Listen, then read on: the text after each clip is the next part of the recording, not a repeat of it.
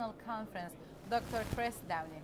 Dr. Chris is an architect, a planner, and consultant who lost all sight unexpectedly in 2008. That date was a turning point in his life, because after that day he dedicated his life to create more helpful and enriching environments for the blind and visually impaired people all over the world. His stories is very inspirational to millions and millions of people around the world. So we are very glad to have you here in our studio. Oh, it's my pleasure. It's a pleasure to be here. You delivered a session yesterday entitled Empathetic Eyes, All Sight from My Blind Avatar. What was the session and what was the main points you delivered? So, the idea of empathetic eyes is really thinking about the idea of exercise for empathy, of walking in someone else's shoes. And that's something we typically talk about to try to have a better appreciation for someone else's experiences, to know where they're coming from and to better understand their needs, their situation. And what I found in thinking about developing empathy for people that are blind or visually impaired is that their shoes don't matter so much. It's about walking behind their eyes.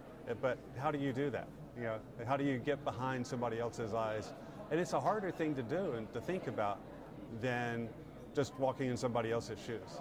So I think a lot about that and how to better communicate that and to how to help people better appreciate and understand all that is possible as opposed to the simple thing of, oh, you can't see.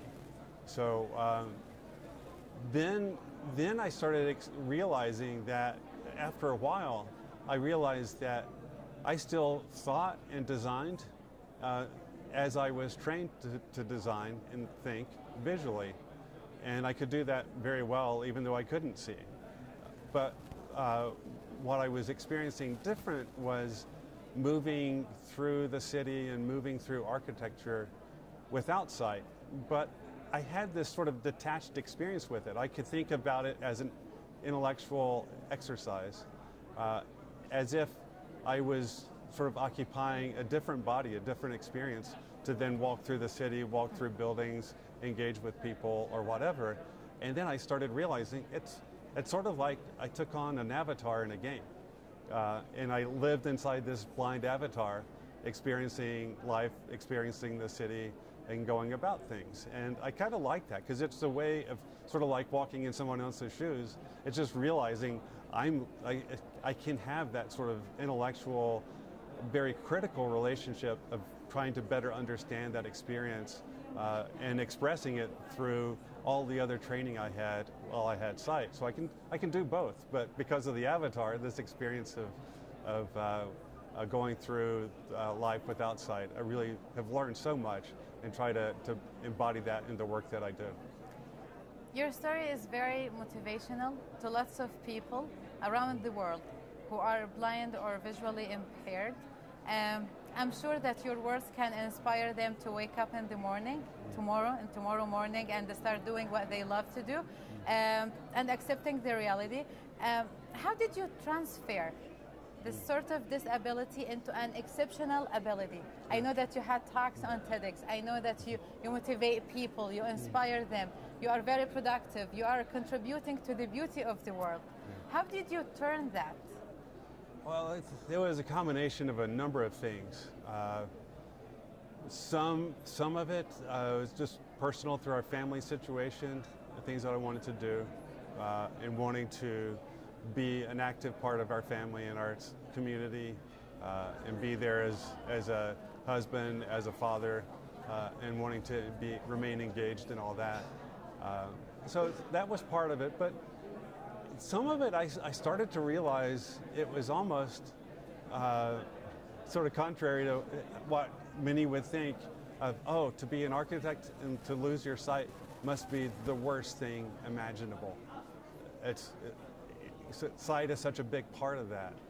But I actually found that I got a lot of confidence through the fact that I was an architect and trained as an architect to then lose my sight, and largely because in design, in any creative endeavor or pursuit, there's a lot of value that's placed in taking and valuing different perspectives, different ways of looking at things, of needing sometimes to step out of your comfort zone, to experience something else, to explore something else, to take you to some unexpected place. If you always stay in your comfort zone, then it's hard to learn. You just don't get a rich experience. So I, at some point, started realizing that having lost my sight as an architect gave me a unique perspective within the profession, a unique way of looking at the work that we do and the possibilities of what we can do. And all of a sudden, it had real value and offered something not just as a way to work, but also as a way to advance what we try to do in architecture and who we try to include in architecture. So many times we don't think about people that are blind. I'll be honest, I never thought about users that were blind coming to the buildings that I designed before I lost my sight. And that was an oversight. That was a failure of my sighted experience, to not think about, oh, how would someone without sight experience this? How would someone in a wheelchair or some different types of disabilities experience architecture? How would they, it's not just how would they get around, but how would they enjoy it? How would it be different, and how can you better design to anticipate that?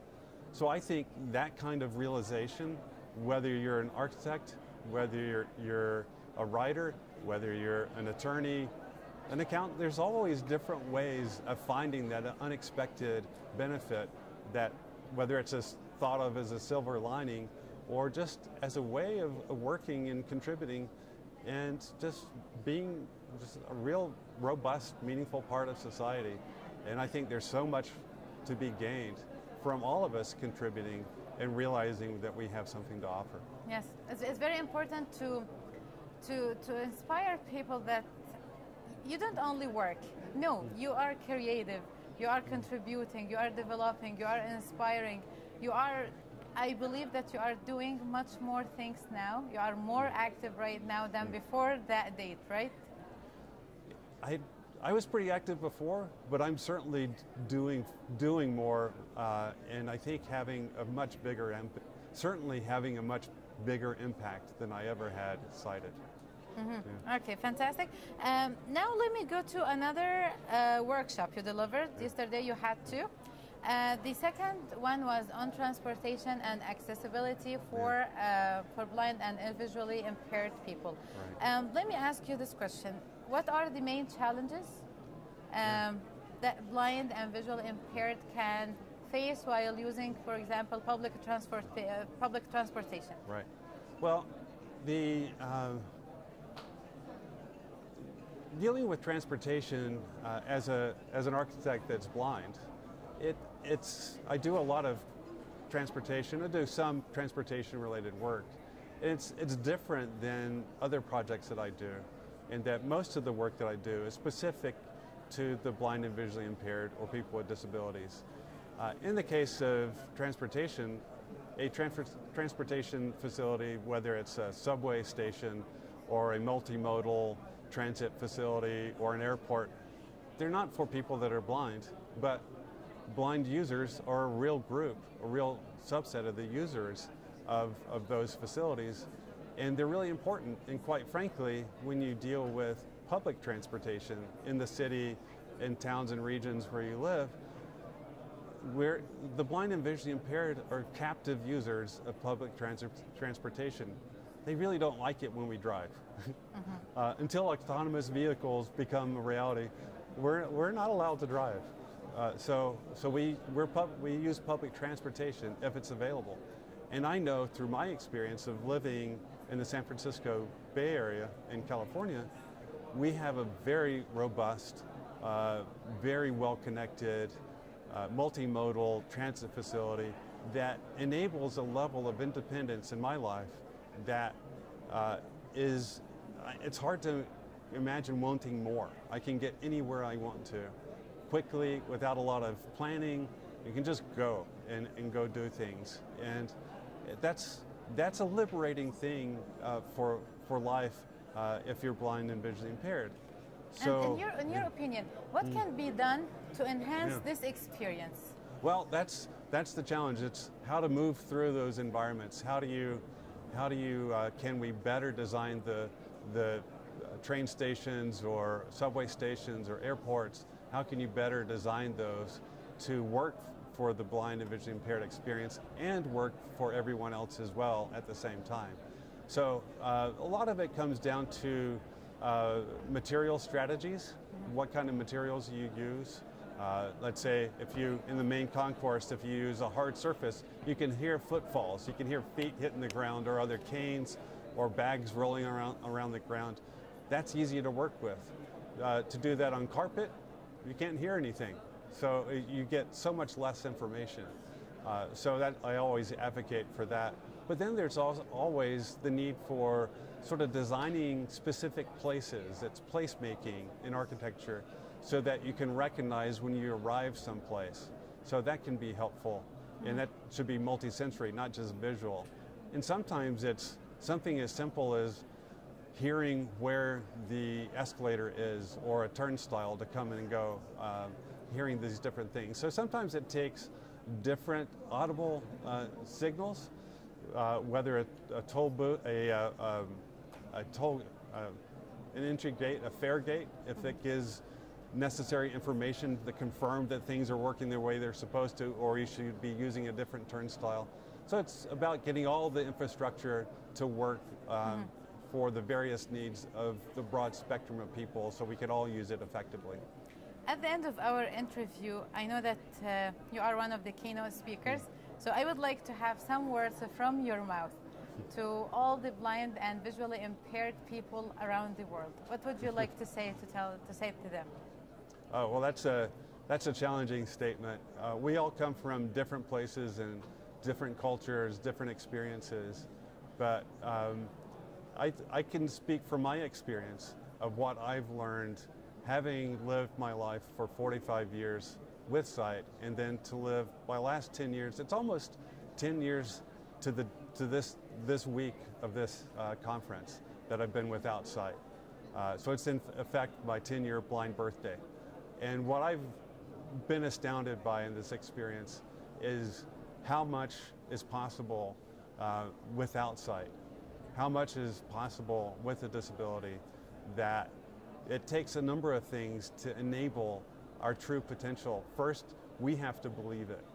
You have to believe in your own potential, your own value, your own unique gifts that you have to offer. And that's important. It needs to come from deep within, but also the culture needs to accept that and be willing to welcome that as well. So we need support from the culture, not necessarily just help, but support, allowance, the freedom to express ourselves and realize that goal.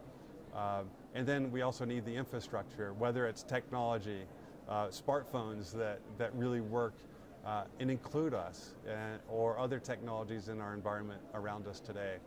There's so much potential, and you know, I've been astounded by the opportunity and the ability we all have without sight, and I think we all need to sort of do our best to realize that fullest potential.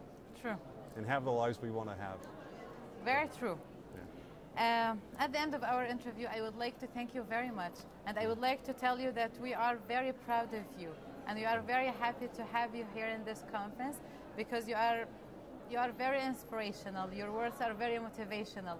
The way you continued your life after 2008 is very inspirational to lots of people who shut down their lives after they lost sight. So I'm perfectly sure that your story can let lots of people drag themselves out of bed and start doing something, and start contributing to their community, and start seeing the beauty of life but from another angle, another different angle. Thanks a lot for teaching us determination. And by this, we come to the very end of today's interview. All right. Thank you. Thank you for this work. like I've said, we are very thankful and we are very grateful to have you here. I'm sure that this story is very inspirational, and Dr. Chris teaches lots of us about the determination and willpower to live life and to see the beauty of it from different angles. Very short a break, and then we'll be right back. Stay tuned.